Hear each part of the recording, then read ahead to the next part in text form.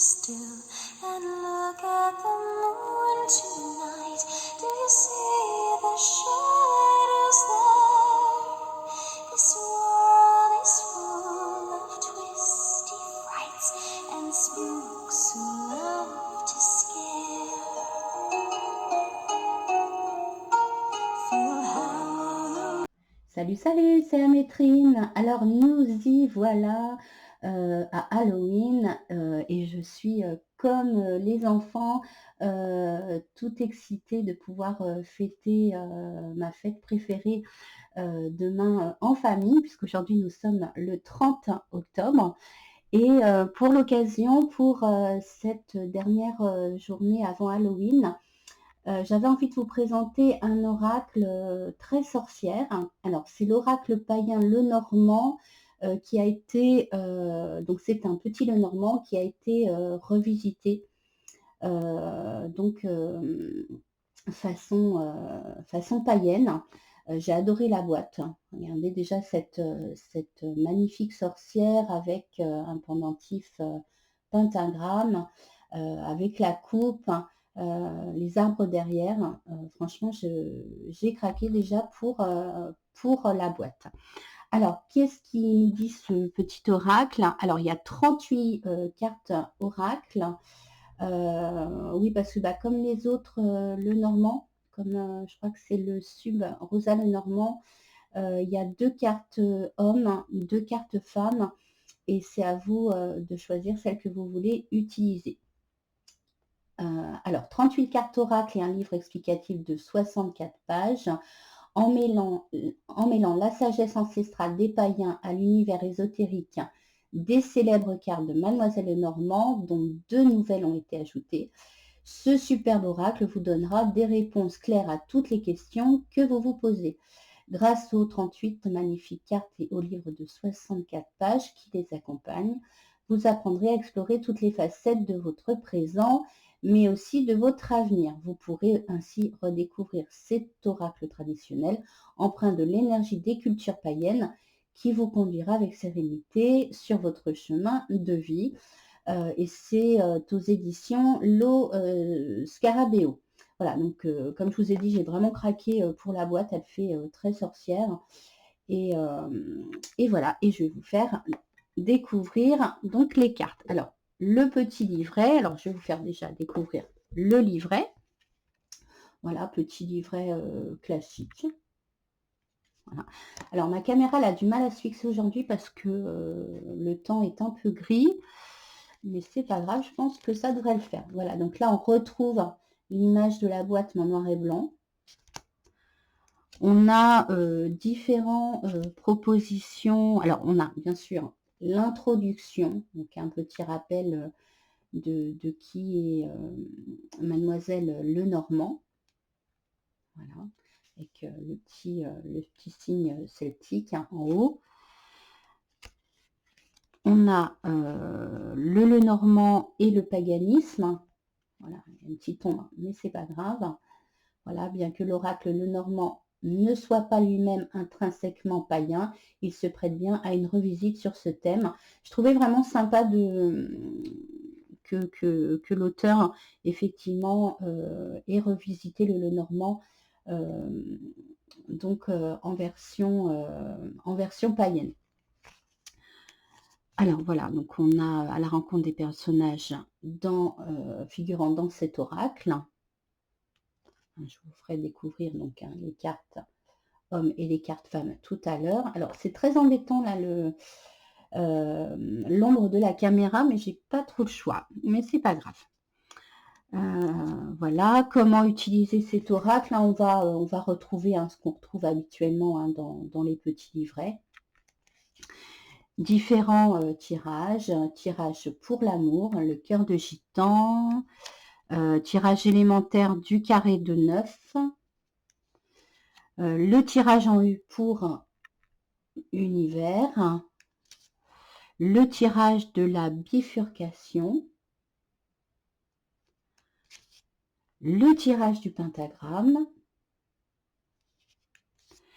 et l'interprétation des cartes. Voilà, donc on va être sur donc une interprétation, enfin au niveau de la page de l'interprétation, on reste sur une interprétation, sur une page classique, comme beaucoup de Lenormand. Donc voilà pour le petit livret, donc pour toutes les autres cartes. Voilà. Alors pour les cartes, alors la petite boîte, hein, donc le fond noir, hein, voilà, donc le petit cordon pour retirer les cartes. Au niveau donc du dos, on a le symbole donc celtique. Voilà, des petites tranches toutes simples blanches. Voilà. Elles sont un petit peu plus grandes qu'un Lenormand classique, mais elles restent quand même facilement manipulables. Et voilà, et au niveau, vous voyez, hein, quand on bat les cartes, on arrive à les battre facilement, elles glissent facilement. Alors, donc je vais vous faire découvrir les cartes. Alors, on a donc les poissons, le poisson. Voilà, hein, vous voyez la revisite païenne, hein, donc ces petites sorcières, hein, donc autour de la mare à poissons. On a pour chaque carte la référence en cartomancie. Alors moi, je ne l'utilise pas du tout. Je ne sais pas du tout comment on l'utilise. Moi, j'utilise le normand complètement différemment. Enfin, pas du tout en tous les cas avec la référence en cartomancie avec les cartes classiques. Le chien, alors j'adore cette carte parce que d'habitude dans le normand, on a un chien plutôt classique et là voilà, on dirait un loup, voilà, et toujours avec ces sorcières donc autour, donc dans un cercle avec les bougies. Il est vraiment sympa comme oracle. L'encre. Alors là, on a la cigogne.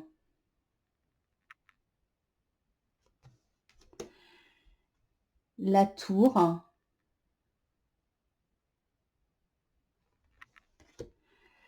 Alors là, je crois que ce sont les jardins, voilà, ce labyrinthe, hein, toujours ces petites sorcières païennes hein, dans chaque carte, hein, là, qui sont dans le labyrinthe de fleurs. Les petites souris, la carte incontournable du Lenormand, elles sont trop mignonnes. Voilà, les petites souris qui sont en train de déguster un sandwich. Le cœur.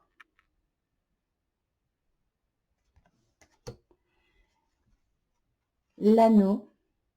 Voilà, avec le pentagramme. Les sorcières en dessous. Le livre. Là, on dirait un vrai grimoire. Avec la lune, l'arbre. Elles sont vraiment très belles. Les cartes, j'aime bien. La lettre.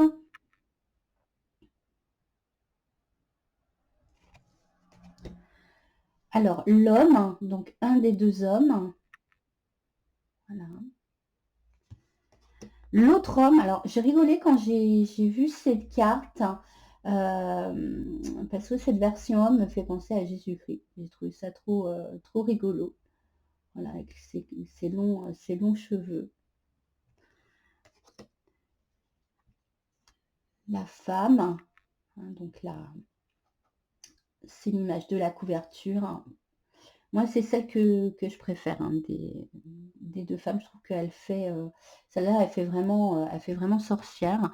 Et donc l'autre femme, voilà.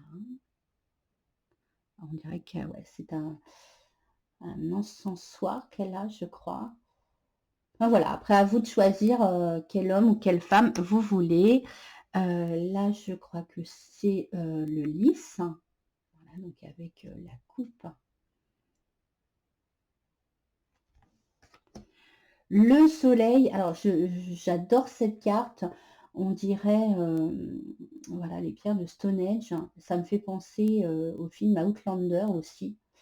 Voilà, c'est les païennes là, ces sorcières là qui tournent, qui font un cercle autour des pierres magiques hein, avec le soleil hein, qui ressort dans la forme de la pierre. Enfin, elle est magnifique cette carte, elle fait très magique. La lune,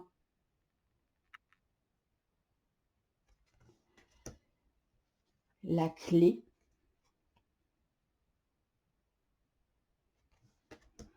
le cercueil, le bouquet,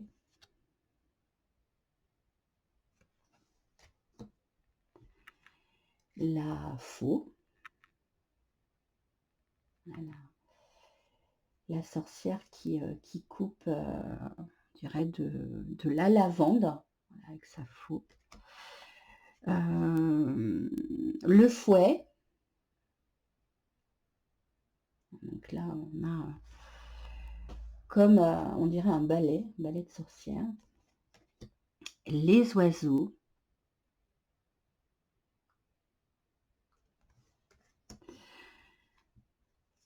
l'enfant, voilà, toujours sur chaque carte, hein, une petite sorcière capuchonnée. Le renard, regardez, elle est vraiment superbe, on dirait, ça me fait penser, alors je reviens souvent à Harry Potter parce que bon, j'adore Harry Potter, mais aux animagus dans Harry Potter. Voilà, ces animaux comme ça, elle est superbe. L'ours, voilà, je trouve que la représentation des animaux dans ce Lenormand est vraiment sympa. Là, c'est les étoiles.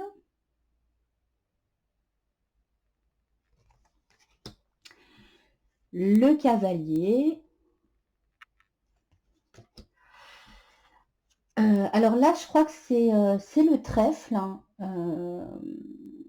Alors, au départ, quand je l'ai vu, je me suis dit, c'est vrai que c'est assez bizarre de ne pas avoir la représentation du trèfle, mais bon, ça change, c'est sympa, vraiment très sympa.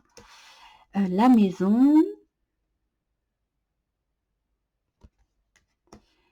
l'arbre,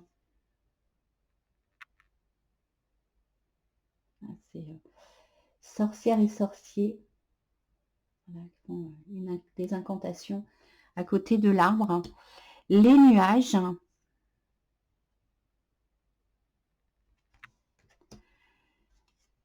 le serpent,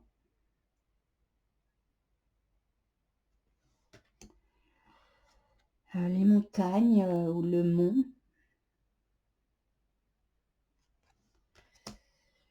Là, ça va être, je crois que c'est la carte du chemin. Il me semble que c'est ouais, le chemin. Hein, donc on a donc ces sorcières, hein, voilà, avec deux choix possibles, deux directions.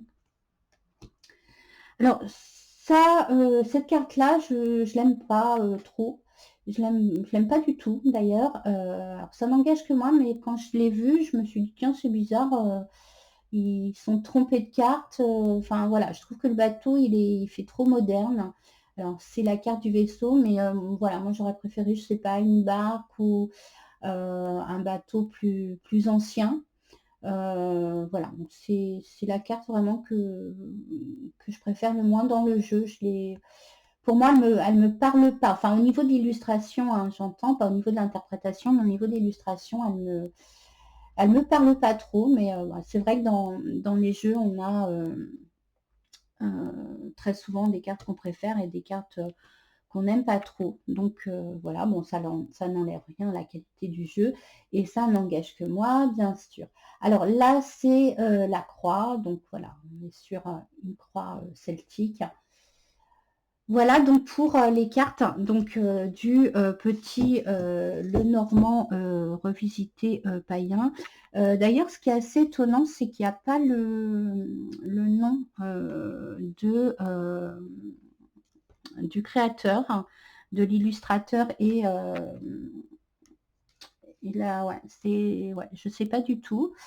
C'est assez étonnant d'ailleurs de ne pas avoir le nom du créateur. Ah si, on a donc Gina M. Pace pour le texte et Franco Rivoli pour les illustrations. Voilà. Alors, on va découvrir donc une carte ensemble.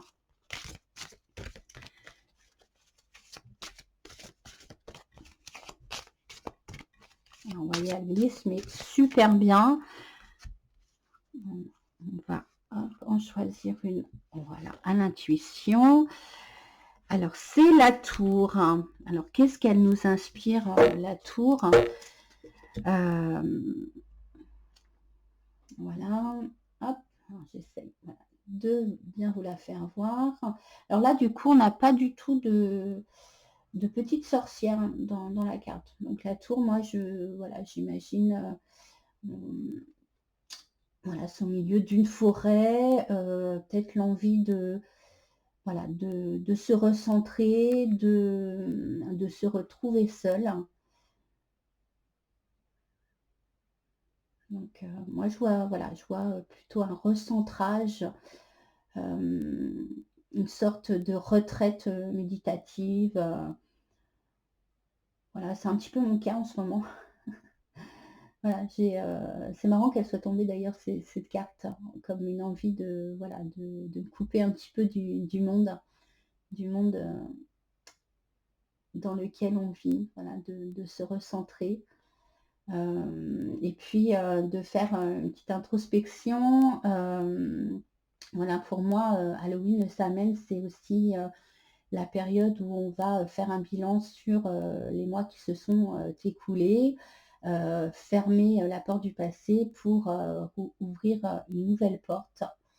Voilà, donc pour moi, elle représente effectivement un recentrage pour, un